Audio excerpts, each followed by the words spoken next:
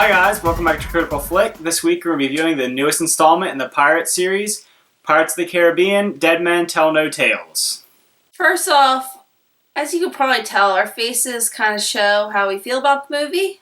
And we're just going to start with the synopsis first. So this movie picks up probably about 20-ish years after the last Pirates movie. The timeline is a little off in this movie, so you don't really know exactly when it's taking place, but definitely after the previous movies. Okay, so basically the plot of this movie is you have the two main characters who you saw from the trailers, along with Captain Jack Sparrow, teaming up to go capture the Trident so they can lift some curses that are going on. That's all you really need to know.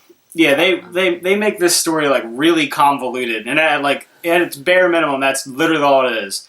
All these characters are trying to get the Trident, and then you have Harvey Bardem, who's trying to get Captain Jack Sparrow, and that's really it. That's the whole story, but they want to make it really complicated and have a lot of these twists and turns in it. And also try to relate all the other movies somehow with this one. There was a weird moment in this movie, and I was like, really? They did that? They try to link these movies up with the other movies, and they don't really do a great job of it, and they really shoehorn in some storylines. And if you're expecting like all this great reunion of the cast from the other movies, you don't really get that. I mean, you get Jeffrey Rush's character Barbossa, and you get Captain Jack Sparrow, but the rest of them they're not in it so much. Also, there are Johnny Depp, like we said, is back as Captain Jack Sparrow, but he is not the Captain Jack we were used to know at all. Especially in the first 30 minutes of the movie, I was like, I don't even know if I can do this. He's not the charismatic and likable Captain Jack that you know from the first Pirates, and you started to see him go off like a little bit towards the end of this series, especially the fourth one. But in the first 30 minutes of this one, he is almost unbearable. He's like very unbearable, really annoying. But he does have moments throughout the movie where he flashes back to old Jack, and it is enjoyable. Can we just talk about that Fast and Furious moment, kind of? Yeah, if you've seen this movie, in the first couple minutes of the movie, there's a Fast and Furious moment, and you'll know what we're talking about. If you've seen all the Fast and Furious movies, and then you'll see this, you'll get it. Yeah. I'm going to be honest with you. The two main characters in this movie, I don't really remember their names. That's how they're not that memorable at all. Yeah, I actually had to look them up right now, and the one character's name is Henry, and he's so bland. There's nothing interesting about him. And then Karina, so I don't even know what their names are. I had to look them up. She's like kind of annoying too, and you feel like they're trying to replace Elizabeth and William, and they just don't do it. It doesn't work. They shouldn't have done what they're trying. There's no chemistry. Yeah, they shoehorn in a love interest with those two, and you just don't feel it. It feels out of left field, honestly.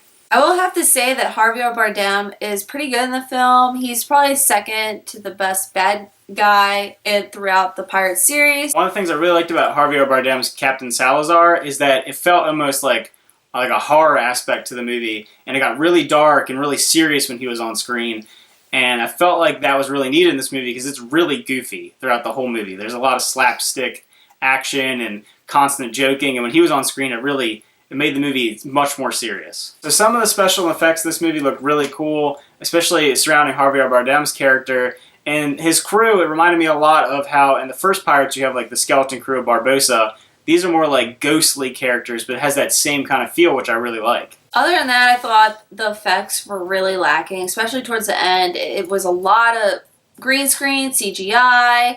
Probably in the beginning, it was the only like real moments where they actually they're out in the water, which I missed because that was in the original Pirates movies where you could tell they took the ships out in the water and they were filming in their surrounding environment. Yeah, some of the green screen looked extremely flat in the movie, especially towards the end, where you could really tell it was the actor and then just all green screen behind him. And it was really evident, especially towards the end of the movie. And like all the other Pirates movies, the costuming's really good in it, because I mean, that's just what it is. It always looks cool going back to that era.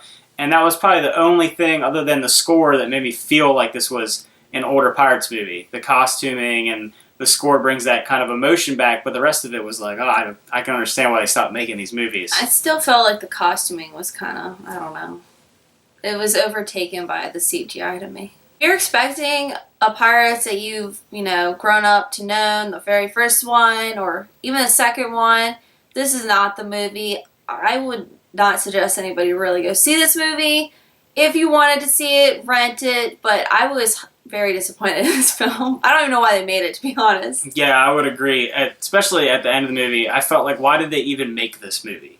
It didn't have any need to be in the whole timeline of the Pirates franchise. Like, it could have just ended at the last one, and it really felt like a cash grab to me that this movie even got made. And Johnny Depp's character as Jack Sparrow, to me, is kind of dead. I don't Yeah, I think everything about this franchise is over, and it just felt over. Like, when you're watching it, you're like, why is this happening? This shouldn't even be made. It felt long, even though it wasn't really that long. It's just how the story progressed, and there's all these little side stories and this went back and forth. It's just over 2 hours, and there were multiple times where I was like, wow, they still have a ways to go in this movie. And they kept throwing in more and more side plots and stories and characters, and it just felt like a bloated movie. So I would give this movie a 4 out of 10. I actually downgraded a little bit thinking about it here because I can't, my eyes, I don't know. I just can't even talk about this movie anymore.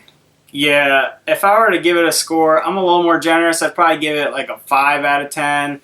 It's just not a good movie, and it might be, other than I'd have to rewatch the fourth one, but it might be the worst Pirates movie, and it's down there for live-action Disney movies, in my opinion. Yeah, with all the hype saying that Will Turner and Elizabeth Swann were going to return, it was very disappointing. Alright guys, thanks for watching. If you could, hit the like button down below, as well as subscribe. We always appreciate the support, and I don't know, let us know if you saw the movie, if you enjoyed it, if you liked it, let us know.